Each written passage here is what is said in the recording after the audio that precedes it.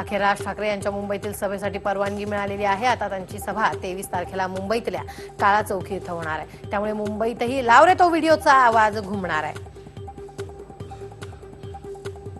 शरद पवारांनी हाफ चड्डीवरून विजयसिंह मोहिते पाटलांची खिल्ली उडवली होती। त्यावर राष्ट्रवादीचे संजय शिंदे यांच्या होम ग्राउंडवर कुर्डुवाडीत मुख्यमंत्र्यांनी सभा घेत त्याला उत्तर दिले। पवार जनसंघाच्या मदतीने मुख्यमंत्री झाले तेव्हा त्यांना हाफ चड्डी आठवली नाही का असं मुख्यमंत्री म्हणाले। मोदींनी 5 वर्षात काय केलं हे त्यांनाच सांगता येत नसल्यानं सध्या ते माझ्यावर टीका करतायत असं प्रत्युत्तर शरद पवार यांनी दिलंय। नाशिकमधील नांदगावमध्ये आयोजित सभेत ते बोलत होते। आम्ही विजयाचे झेंडे फडकवले कारण आमच्या सोबत आहेत रामदास आठवले अशी कवितेनं सुरुवात करत मुंबईत उद्धव ठाकरेंनी सभेची सुरुवात केली। यावेळी धारावीचा पुनर्विकास करण्याचं आश्वासन त्यांनी दिलंय।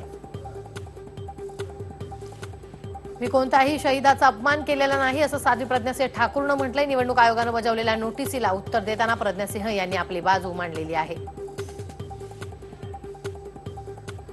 पंकज आणि हे सुजय नुकतेच झालेले बहीण भाऊ माझ्यावर टीका करतात। या दोघातला संबंध हा मद्यनिर्मितीचा आहे अशी टीका धनंजय मुंडे यांनी केली आहे। ते अहमदनगरमध्ये बोलत होते।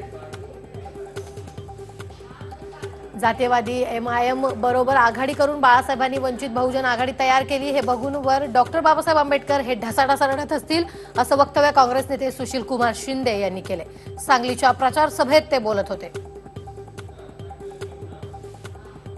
मावळ मतदारसंघ हे आव्हान आहे, कोणाची जहागिरी नाही असं वक्तव्य प्रकाश आंबेडकर यांनी केलंय। पुण्यात आयोजित सभेत त्यांनी शरद पवार अजित पवार यांच्यासह मोदींचा खरपूस समाचार घेतला।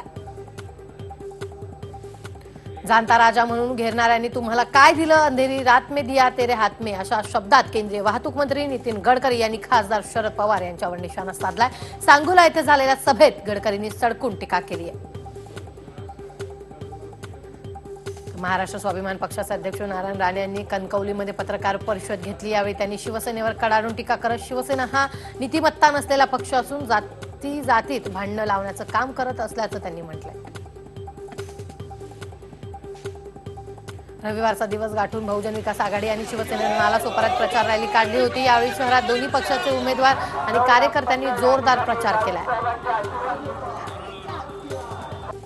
बहुजन विकास आघाडीचे उमेदवार हितेंद्र ठाकूर यांनी रविवारी घेतलेल्या नालासोपाऱ्याच्या सभेत शिवसेनेवर कडाडून टीका केली। ईडीला घाबरायला मी काय उद्धव ठाकरे आहे का असा टोला त्यांनी मारलाय। पालघरमधील नालासोपाऱ्यात अविनाश जाधव यांनी कोणाला पाठिंबा देणार हे राज ठाकरेंशी बोलून ठरवणार असल्याचं सांगितलंय। त्यामुळे पालघरमधील पाठिंब्याची मनसेची भूमिका अद्याप गुलदस्त्यात आहे। मतदानाच्या दिवशी म्हणजेच 29 एप्रिलला रिक्षा बंद ठेवण्याची मागणी भाजप पदाधिकाऱ्यांनी निवडणूक अधिकाऱ्यांकडे केली आहे। बहुजन विकास आघाडीचे रिक्षा हे चिन्ह असल्यानं त्यांना त्याचा फायदा होऊ शकतो म्हणून ही मागणी करण्यात आली आहे। समाजवादी पक्षाचे महाराष्ट्र प्रदेशाध्यक्ष अबू आझमी यांनी काँग्रेस भाजपला जिंकवण्यासाठी देशभर मतांची विभागणी करत असल्याचा आरोप केलाय। भिवंडीत आयोजित सभेत त्यांनी भाजपबद्दल चकार शब्द न काढल्यानं आश्चर्य व्यक्त होत आहे। पंतप्रधान नरेंद्र मोदींना खाऊंगा ना खाने दूंगा असं म्हणतायत, मात्र पुण्यात कथित रेशन धान्य प्रकरणात भ्रष्ट असलेल्या गिरीश बापट यांना उमेदवारी दिल्याची टीका काँग्रेसचे उमेदवार मोहन जोशी यांनी केली आहे। उल्हासनगरात भाजप पदाधिकारी जमून पुरस्वानी यांनी बूथ प्रमुखांना पैसे देण्याचं आमिष दाखवलंय। तुमच्या बूथवर प्रतिस्पर्धी उमेदवाराला 0 मतं पडली तर तुम्हाला 11,000चं बक्षीस देऊ असं पुरस्वामी यांनी म्हटलंय। पुरस्वामींच्या वक्तव्यानंतर राष्ट्रवादी काँग्रेसने निवडणूक अधिकाऱ्यांकडे तक्रार केली आहे। मतदान आपल्या बाजूनं करण्यासाठी अशा प्रकारे पैशाचं आमिष दाखवणं हे आचारसंहितेचं उल्लंघन असल्याचं राष्ट्रवादीनं म्हटलंय। उत्तर मध्य मुंबई लोकसभा मतदारसंघातून भाजपच्या उमेदवार पूनम महाजन यांनी टिळकनगर येथे रॅली काढलेली आहे। यावेळी केलेल्या कामाच्या आधारावरच आपला विजय होईल असा विश्वास त्यांनी यावेळी व्यक्त केला। श्रीलंकेवरील हल्ल्याचा पंतप्रधान मोदींकडून कठोर शब्दात निषेध केलाय तर कमळाचं बटन दाबून आतंकवाद विरोधात मतदान करा असं आव्हान राजस्थानच्या चित्तोडगडमधील सभेत मोदींनी केलंय। पाकिस्तानचे जर्विंग कमांडर अभिनंदन वर्धमान यांना भारताकडे सोपवले नसते तर ती काळ रात्र ठरली असती असं पंतप्रधान मोदींनी म्हटलंय। गुजरातमधील पाटण येथे आयोजित सभेत ते बोलत होते। काँग्रेस अध्यक्षांनी निवडणूक लढायला दिली तर आनंद होईल असं विधान काँग्रेसच्या सरचिटणीस प्रियंका गांधी यांनी केले। तर वाराणसीतून मोदींसोबत स्पर्धा करण्यातही आनंद असल्याचं प्रियंका गांधी म्हणाल्या। वर्ध्याच्या मसाळा परिसरातील एका घरात तरुणीसह तिच्या आईची एनआयएनं ईसीशी संबंध असल्याचा संबंधातून 2 दिवस चौकशी केली. दोघांनाही घरी सोडलं असून वर्ध्याचा तपास संपल्याची माहिती अधिकाऱ्यांनी दिली. ओडिसातील भाजप उमेदवाराच्या गाडीवर बॉम्बनं हल्ला करण्यात आलाय. भुवनेश्वर जवळील पक्षाच्या कार्यालयाजवळ ही घटना घडली असून या प्रकरणी चौकशीचे आदेश देण्यात आले. तिसऱ्या टप्प्यातील लोकसभा निवडणुकीसाठी येत्या 23 तारखेला मतदान पार पडणार आहे. मतदानासाठी जिल्ह्यातील पोलीस आणि प्रशासन सज्ज झालं असल्याची माहिती जालन्याचे जिल्हाधिकारी रवींद्र बिनवडे यांनी दिली आहे. सैराट फेम आर्ची अर्थात रिंकू राजगुरू हिने मतदारांना मतदान करण्याचं आवाहन केलंय. कागरची टीम सांगलीकरांच्या भेटीला सांगलीत गेली असताना रिंकूनं हे आवाहन केलंय. पालघरमधील बाळासाहेब ठाकरे उद्यानातील झोपाळ्यावरून पडून रवीना भुरिया या 12 वर्षाच्या मुलीचा मृत्यू झालाय. छातीला मार लागल्यानं रुग्णालयात नेत असतानाच तिचा मृत्यू झालाय. वर्ध्यातील पुलगाव गुंजखेडा शिवारात शेकडो ब्रास वाळूसाठा भरारी पथकानं जप्त केलाय. जप्त केलेला वाळूसाठा हा अंदाजे 400 ब्रास असून 2 ट्रॅक्टरही जप्त करण्यात आले.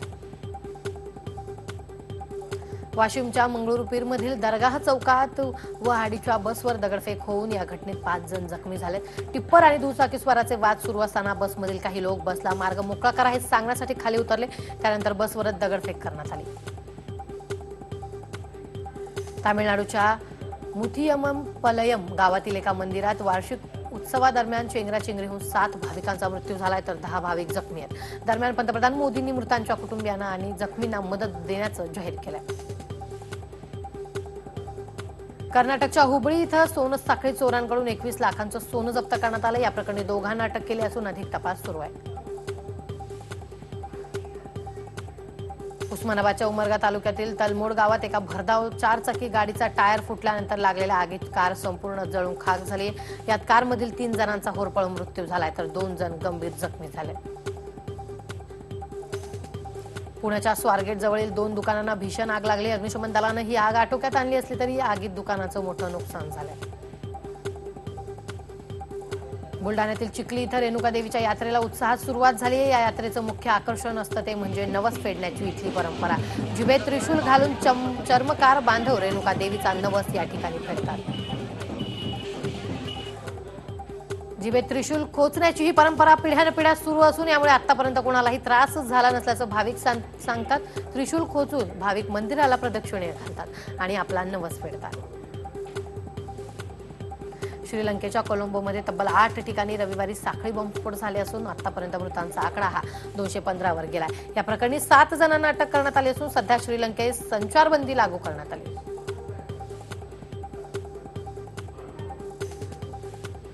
श्रीलंकेच्या कोलंबोतील साखळी बॉम्बस्फोटात 3 भारतीयांचा मृत्यू झाल्याची माहिती भारताच्या परराष्ट्र मंत्री सुषमा स्वराज यांनी दिली आहे. तसंच कोलंबो येथील भारतीय उच्चायुक्तांच्या संपर्कात आहोत अशी माहिती सुषमा स्वराज यांनी ट्विटरद्वारे दिली आहे. अमेरिकेचे राष्ट्रपती डोनाल्ड ट्रम्प यांनी श्रीलंकेतील बॉम्बस्फोटाबाबतचं चुकीचं ट्विट केलंय. श्रीलंकेतील स्फोटात 13 कोटी नागरिक ठार झाल्याचं ट्विट ट्रम्प यांनी केलंय. चूक लक्षात येताच त्यांनी तातडीनं ट्विट डिलीट करत दुसरं ट्विट केलंय. राज ठाकरे यांनी श्रीलंकेतील दहशतवादी हल्ल्यासंदर्भात ट्विट करत मन व्यथित झाल्याचं म्हटलंय. या घटनेचा मी निषेध नोंदवत असून मनसे श्रीलंकावासियांच्या दुःखात सहभागी असल्याचं राज यांनी म्हटलंय. श्रीलंकेतल्या बॉम्बस्फोटातून प्रसिद्ध तामिळ अभिनेत्री राधिका शरद कुमार ही थोडक्यात बचावली आहे. कोलंबोच्या हॉटेलमधून ती निघाल्यानंतर काही वेळातच त्या ठिकाणी बॉम्बस्फोट झाल्याचं ट्विट तिने केलंय. अरेबियन समुद्रात अनधिकृतपणे मासेमारी करणाऱ्या मच्छीमारांना पाकिस्ताननं बंदी बनवलं होतं. त्यापैकी 100 भारतीय मच्छीमारांना पाकिस्ताननं सोडून दिलंय. वाघा बॉर्डरवर भारतीय दूतावासाच्या उपस्थितीत मच्छीमारांची सुटका करण्यात आली आहे. तर बेंगळुरूतील एम चिन्नास्वामी स्टेडियममध्ये रंगलेल्या रोमहर्षक सामन्यात बेंगळुरूनं चेन्नईवर एका धावेने विजय मिळवलाय.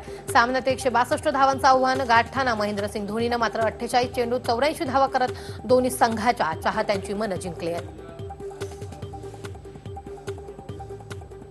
सनरायझर्स हैदराबाद संघानं उत्तम कामगिरी करत कोलकाता नाईट रायडर्सवर 9 गडी राखून दणदणीत विजय मिळवलाय. डेव्हिड वॉर्नर आणि जॉनी बेरस्टोनी 131 धावांची सलामी देत प्रतिस्पर्धाला चांगलंच धुतलंय.